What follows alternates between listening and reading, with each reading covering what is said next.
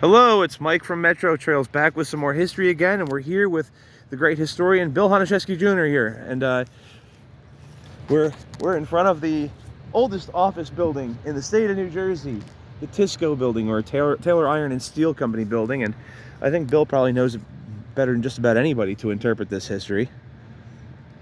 Well, the building itself actually was part of Allen Turner's Union Iron Works, built in 1742. Supposedly the oldest office building in the state, and obviously a very rare part of High Bridge history in the area. So it goes back, Allen and Turner's Iron Works goes back to 1742. The main frame of this building, obviously the top is newer. This side over here is newer, but the original section of the building, was it originally 2 stories or was it only 1 story? Well, then you have the 2 stories of 3rd edition on here. Mm-hmm. And you can see over the years, High Bridge actually preserved this property. When a lot of people, they look at these properties itself, they see, oh, it's preserved open space. But speaking just for the Greenway itself, especially in High Bridge, there are a number of properties that were preserved over time. And now this tract, what we're on now, is called the Comline piece. Over there, the Comline, Solitude, Nassau tract, and Springside tract. And of course, up there is the the Columbia Trail, which we like to call the High Bridge branch of the Central Jersey Railroad Company. Itself, over time, this was preserved possibly around 2000, 2005. A lot of the other properties were preserved in the 2000s, early 2000s, up to about 2010. The Greenway was created in about 2008, 2009, 10, connected a lot of the historical properties for the Taylor Iron and Steel Company that was founded in 1803. And currently, as you can see, this is being reused for looks like the grounds for arts, which is a project that High Bridge is doing right now. But it's one of the most historic properties, obviously in High Bridge and possibly the state. Definitely so. It goes back, the plaque that's in the front of it there that says 1742 was actually added later. The building dates back to way before that. I have to say, I don't dislike the artwork in the window because it does seem like it's related to the area. You got some gears and stuff, and you got kind of a sort of candlelight type of thing. So that's kind of tastefully done. It's not really loud and obnoxious art. It fits in with the area a bit. The roof was also replaced on this with grants from the Union Forge Heritage Association, for which Bill is a founding member here. Well, Mike, if I just want to say something very quickly, over time, there was a $50,000 grant that was done through the New Jersey Historic Trust, and one of our board members, Mike Ronsky, spent a lot of time on that and was able to get $50,000 to repair the roof. See, over time, there was a leak in the roof, or eventually possibly caused damage to the roof and obviously to the interior. But a $50,000 grant was given to us by the Cultural Trust, which we repaired the roof. And then obviously nobody sees the repair, but it's because it's on top of the roof. But over time, the roof will be there for future generations when the building gets to be reused. A lot of the work was conducted by Merrick, right? Merrick's Borowski, company. yeah. Yep. And so right now it sits there today, and it's waiting to be reused. Yeah, I know some of the collapses of the inside of it are kind of bad, but at least it's there. And you were talking a little bit about the Taylor Steelworkers historic Greenway, which passes right through here. We're going to show you real quick too. The original railroad that was called the High Bridge Railroad it kind of came down to this area here. It broke off of the Jersey Central main line. The High Bridge, for which the town takes its name, is just out over this way. The pond associated with this is right over here, right? The Huskies Field? Yes. Yeah, and that was actually the cooling pond for the Taylor Wharton Iron and Steel Company. And right next to it, so if you look at it today, it's completely different than you would have seen when the company was in effect. It was crisscross worth of railroads and Rails and company. And there were 2 cooling ponds over there. There was the car and wheel foundry across the street. There was Taylor Iron and Steel Company here, and it was just a hustle and bustle of rails and machinery and noise and sounds. And this today it's very quiet and bucolic, but it wasn't about 100 years ago. and so this was second longest running business in U.S. history too. The what became Taylor Wharton. Supposedly the longest iron and steel foundry in U.S. history traces its roots back to obviously Union Iron Works, which is the original Spruce Run furnace, is now underneath Spruce Run Reservoir, but that opens up a whole new story. Yeah, we've done a little bit on that already. We'll do more on that though. But you can see the railroad right of way that served this site. It was built before the later High Bridge branch. Came in the 1870s, and this is Shop E, right? This is actually Shop E. It was people call it the machine shop, and this was actually part originally of Taylor Wharton Iron and Steel Company. Eventually was purchased by Comline, Russell Comline, and then purchased by the town, and now it sits looking to be reused. And there's still some rail going into this building. This is a rail height door here. Very cool. Now let's take a step back. We have the Taylor Steelworkers historic Greenway. So I met Bill here back in that seems like forever ago. Right, it was in 2008 we met, and we were introduced by mutual friend, Assistant Park Planner Doug Kioski from Hunterdon County Park Service that I was working with, or as I call him, Snoop Dougie K.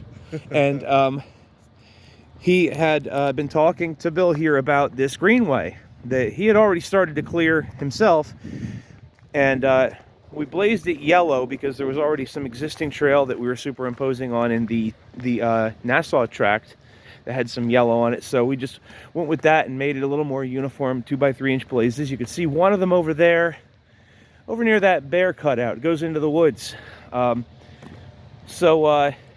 Mike, when a lot of people think originally the Greenway it was actually called the Union Iron Works Trail, and I actually had mapped something out. The DEP had a software, and I used tape, and I actually made the original part of the trail. Originally it was going to go, we had ideas of actually, reopening Lake Solitude to canoes and rowboats and stuff like that, and the trail connects all the way from the High Bridge branch all the way to Amesbury Furnace in Clinton Township. And it's tough for a lot of people to understand because we talk today, when you go to zoning boards and planning boards about properties that are like an acre and a half, but Taylor Iron and Steel Company was 366 acres, which included High Bridge, and part of other municipalities. The Union Iron Works contained a bunch of municipalities, all the way from Bethlehem Township to High Bridge. Tens of thousands of acres, yeah. Yeah. So Robert Taylor purchased 366 acres, which eventually became Taylor Iron and Steel Company, which was part of the purchase of William Allen and Joseph Turner in about 1803. And you can see the original David Fraser survey that broke up the Allen and Turner tract, and they sold lots at a place called Abraham Bennell's Tavern, who is a relatively famous in his own right. Now, if you go up toward Walmart in Franklin Township or near Union and Clinton, that's the big white building that Hank Bennell is restoring. So that's where they divvied up lots for Allen and Turner's Union Iron Works, and that's where Robert Taylor, who was an agent of Allen and Turner, Robert was a former school teacher, and then this is how he purchased Taylor Iron and Steel Company.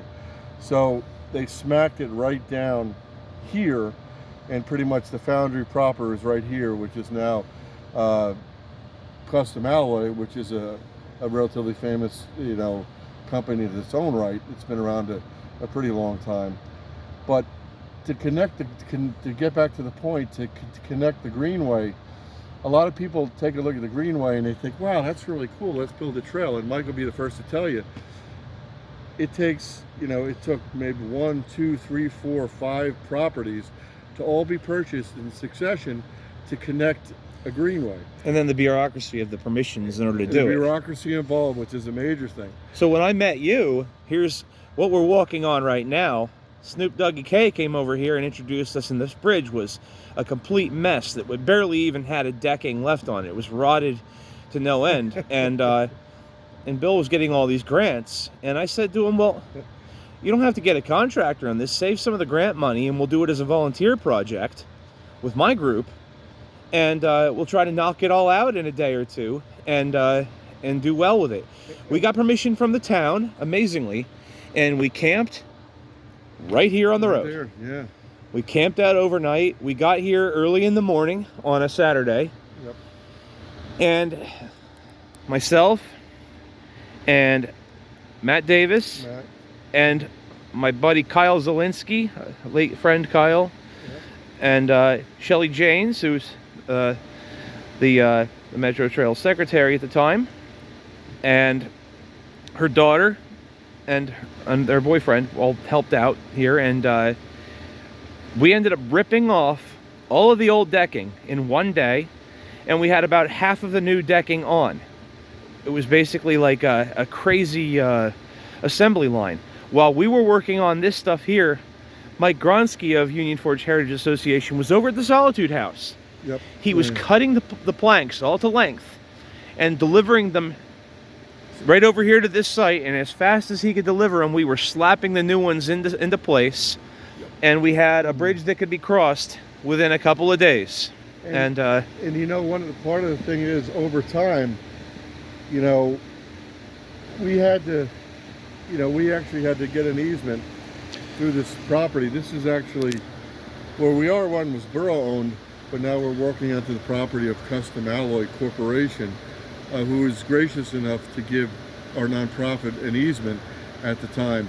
So over time, we would take days off here and there to put the, everything in place. And one thing I'd like to say is, there's a company called Fox Lumber, which is very famous in Clinton, very famous in their own right. And you got to remember, this is back in 2010. So I wrote a letter asking. I said, this is what our idea was, to reopen the bridge that's pretty much has been closed for how many years.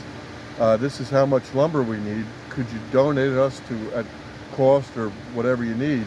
So within a week, I got a letter back, and I got a phone call on top of it saying, hey Bill, where do you need the lumber? And I said, hey, well, how much would it cost? He goes, it's free of charge. And I was amazed by that.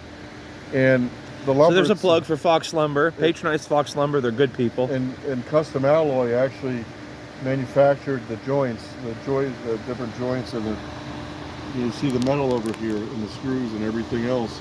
And they manufactured it specifically for the bridge. And not only that, I believe Custom Alloy installed the plaque for the bridge too. They did. So if you take a look at these chains, good luck trying to get this down. But well, we know in the parks you get vandalism, but and that's, they're not going to get that out of there very easily. Yeah, one thing I just want to say, that it took a lot of time and effort by a number of people, not only with the Greenway itself, just to preserve the land. And when people come today, they see a wonderful trail, they see a lot of open space, a lot of bucolic atmosphere, but it took a lot of time to preserve these lands, over 20 years. A lot of time and a bunch of crazy people. Who are all these crazy people on this list here? It just seems like yesterday. They all sound like they're nuts. Yeah, well, pretty much. I guess you have to be in a little eclectic here and there to spend so much time preserving. But over this way too, you can also see. Well, it's in view. That's the original spur line from the Central Railroad of New Jersey that served the Taylor Wharton plant. The bridge pier is collapsing. This is the south branch of the Raritan River, and the other side is coming down I think it was talked about at one time which bridge to use for the Greenway, and the pier in the middle of that was too far gone. This was a much better if you one. look at the bottom of that, that's a little bit, you know, a little bit has some more issues with it. But this is a special bridge too, though, because this is a roughly 1890 Carnegie Truss bridge, correct? Carnegie Truss bridge. So if you look on the side over here, and you dish it out, it says Carnegie Steel Company. Eventually, Carnegie Steel was purchased by U.S. Steel, and then who purchased actually 3 companies, and Carnegie Steel was actually one of them. And that's just, it goes to show that some of these things, you'd think they were competitor companies, but to some degree they worked together. For something like this, they needed a bridge. Of course, on different materials. At one time, Taylor Wharton actually, they purchased a patent for manganese steel from Richard Hatfield in England, and they had ideas of making a particular type of alloy in steel.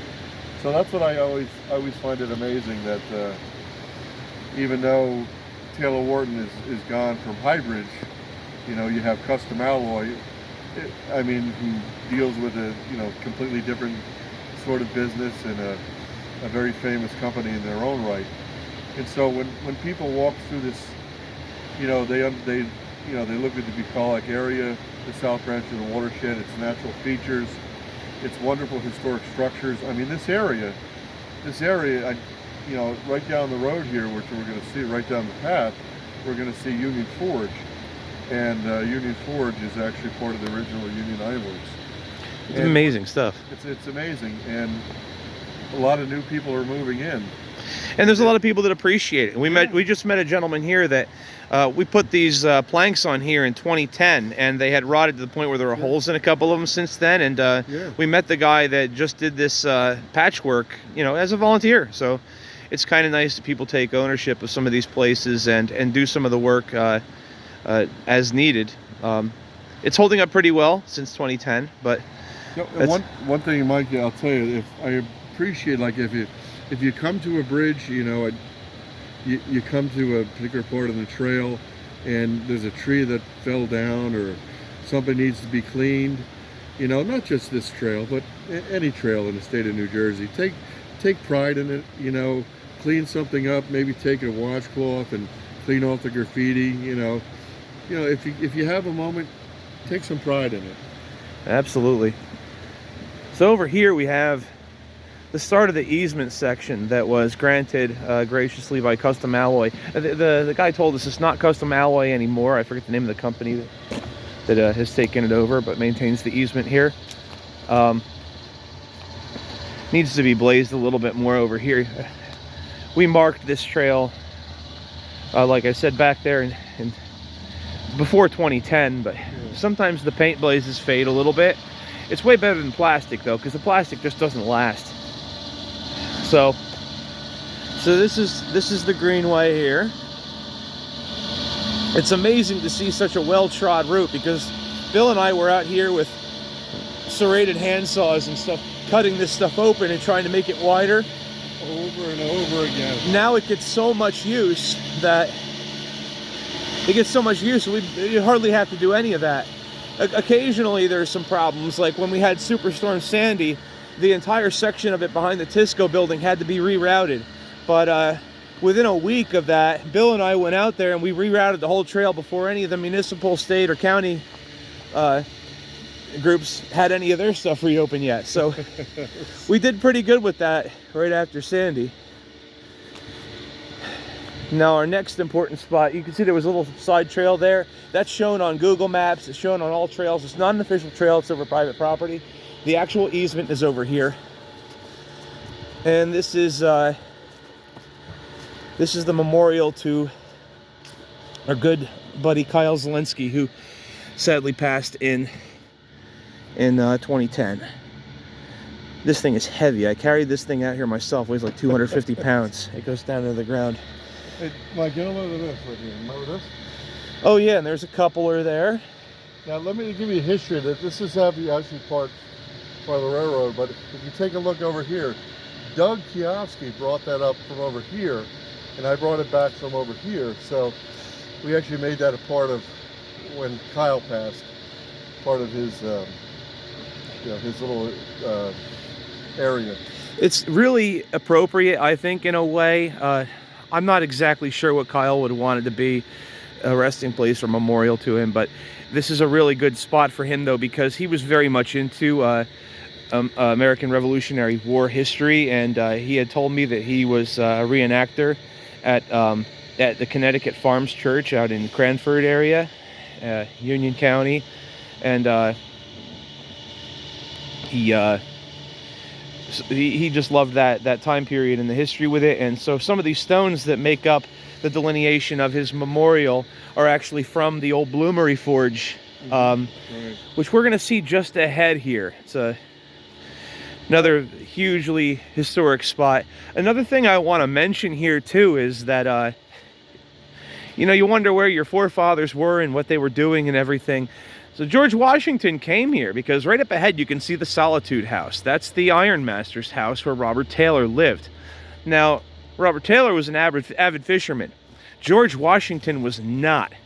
In fact, George Washington hated fishing. He hated fishing with a passion. Screw fishing. No fishing for him, except didn't he want to get political favor somehow and get like some... Well, one of the things, Mike, the thing with Solitude House is it was part of the original ironworks. Now, if you look at Taylor and Washington, you gotta remember he actually made cannonballs that were, first of all, he had to, give his allegiance to Washington's Board of War. So yeah, a lot of people were worried that they were worried about who were loyalists and who were patriots, and so Taylor had to swear his allegiance to the Patriot cause. So anyways, over time, they actually manufactured cannonballs for the Battle of Brunswick and William Trenton. So Washington, Martha, even Aaron Burr, Lafayette, they were visitors here. And Washington went fishing with Taylor, supposedly in order to try to get his support. Unfortunately, it looks like one of these big ash trees just recently fell down in here. It looked for a minute like it was cut. They cut it off the trail, but this area, the Union Forge Heritage Association no longer holds the easement as of 2020. It's turned over to the town. So, one of the things back in 2006, Mike, I know we're always this is before a lot of people even knew about it. I did a little bit of a cleanup here and created a little berm to push some of the water away from the original structure itself, so it wouldn't inundate underneath. There was a lot of roots that were coiled up underneath. So here you take a look. I believe a lot of the rocks were possibly cannibalized for maybe retaining walls and stuff like that. Yeah. But this would have been a bloom. This would have been, So if you look this is the Bloomery Forge. Yeah. Yeah. So if you take a look at historical photos, you'll see buildings all around this area. And there's a really famous one from 1945 that Hugh Gooley is right in the middle of it. And you'll see there are structures. There's a guardhouse. There's wall buildings around it. But now, you look at it now, there's nothing. It's all clear. But yet, the forge still remains. And that's what I always find it pretty fantastic. Absolutely. So that's another really great historic site along here. And as part of the Greenway grant, Bill and his organization had all these signs installed here. The Taylor Steelworkers Historic Greenway, people aren't even using it over this way. They're taking the shortcut, which is, it's not a legal shortcut. If you take the trail over there before you get to Kyle's Memorial, that's not the trail. We're looking down the trail here. You can see it's not being used. Here's another little thing too. I don't like to throw anything away, but we also didn't have an infinite amount of money, so I marked the trail with Carsonite posts where there wasn't trees to put it on. But these are all pulled from the garbage. You can see I stuck them on a drill press because it was only half pieces. I stuck them on a drill press and bolted them together, just using some old bolts and stuff. And then I got some more markers. So that was something that we'd have to do. We'd have to sometimes use whatever junk you could. This is the blue side trail to the Taylor Steelworkers Historic Greenway, which leads to Solitude House. Now, Mike, one thing we should mention, when the trail was built,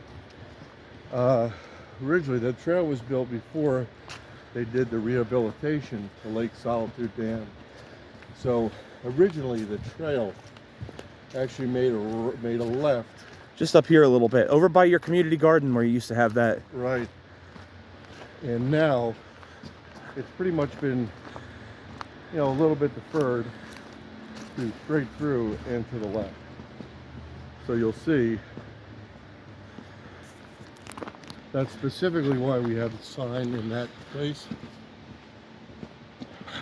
To your left. Yeah.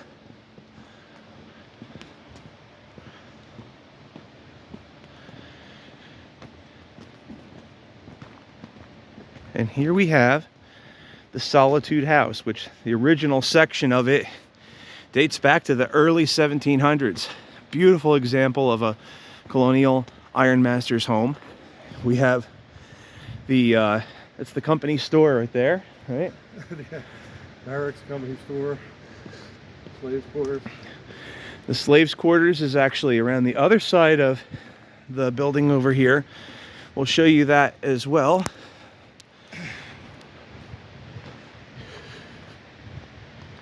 Right over here. And that was the slaves quarters there. What was his name? Which one? The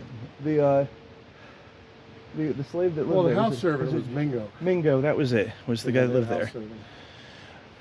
Now, usually house servants were either old or, you know, a little bit feeble folks that would help out, you know, the people, the family. He was well respected, but he was an older gentleman. Mm-hmm.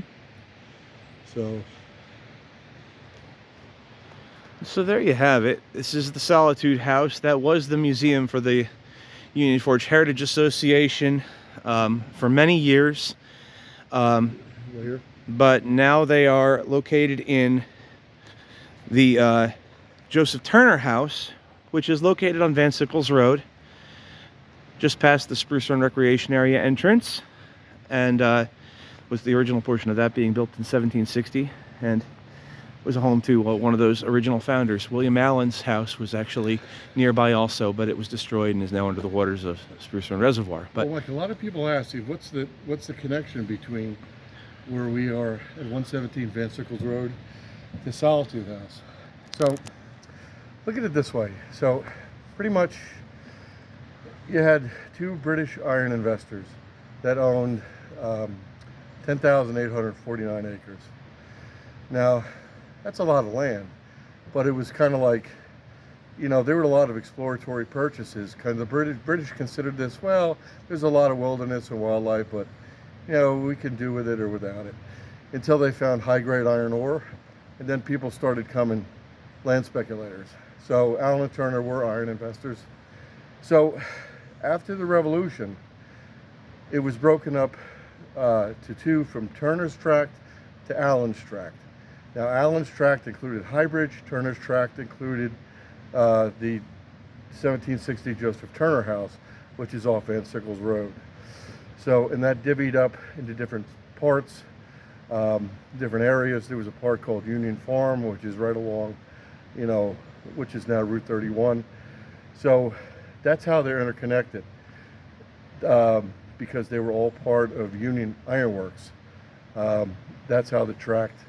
Now, eventually, what Mike was talking about yesterday, we would like to connect the Greenway Trail all the way out to the museum and beyond, utilizing different easements and other trails.